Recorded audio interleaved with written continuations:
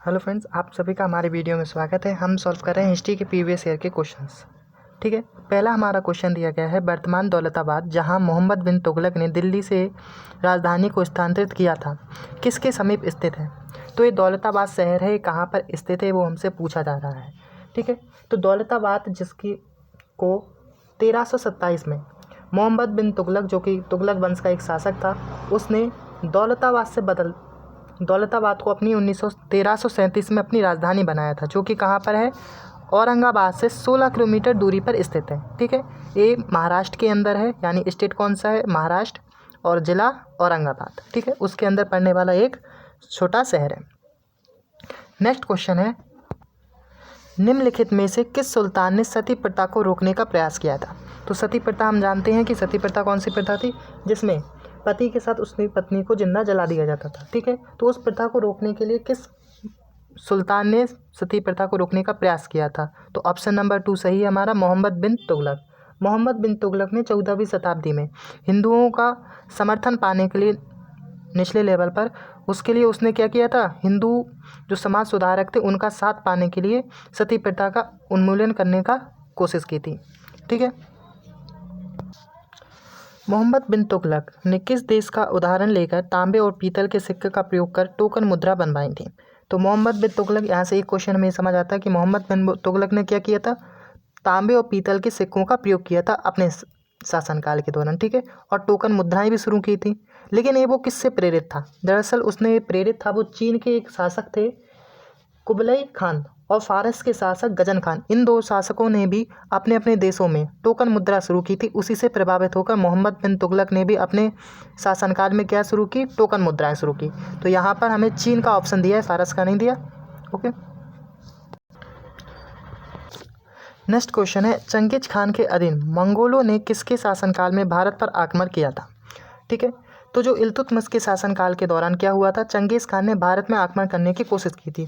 दरअसल इवेंट ये हुआ था कि जो ख्वाज़रिन वंश के एक शासक थे जलाउद्दीन, जिसके साम्राज्य पर चंगेज़ खान ने आक्रमण किया, उसे हरा दिया, जहाँ से जलालुद्दीन भगकर इल्तुतमिश के पास पहुँचा था और इल्तुतमिश ने उसकी सहायता करने से इनकार कर दिया, जिसके वजह से चंगेज़ खान ने क्या किया, भारत पर आक्रमण करने का जो फैसला था वो बदल दिया था।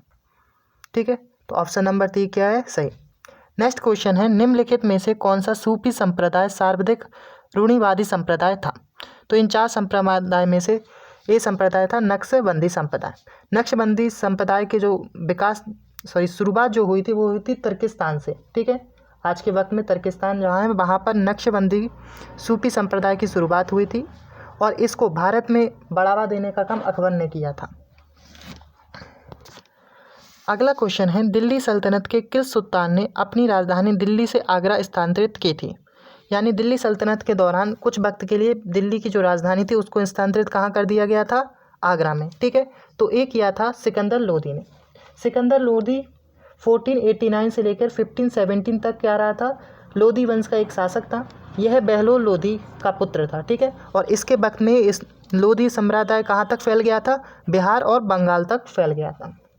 ओके, और इसने अपनी जो राजधानी थी वो दिल्ली से कहाँ पे स्थानांतरित की, आगरा में। और इसने आगरा जो शहर है उसकी भी स्थापना की, मतलब उसको बसाया भी किसने था, इसी ने। और इसने कृषि मापन के लिए गज ए सिकंदरी की शुरुआत भी की। हमारा अगला क्वेश्चन है, तैमूर लंग ने किस वर्ष में भारत पर आक्रमण किया था। तो जैसे तैमूर लंग जो था वो पहला शासक था किसका, तिमुरिड वंश का। तिमुरिड वंश एक है मिडिल ईस्ट के एरिया में, वहाँ का ये क्या था, पहला शासक था। और इसने भी वही सोचा था चंगेज़ खान की तरह कि ये क्या बनेगा, विश्व विजेता। इसीलिए हर जगह जाके क्या कर रहा था, कत्लेआम मचा रहा था। इसी सीरीज़ में वो कब आया, 1398 में नासिर उद्दीन मोहम्मद शाह तुगलक के शासनकाल में भारत में आया। तो किस सन में आया था, 1398।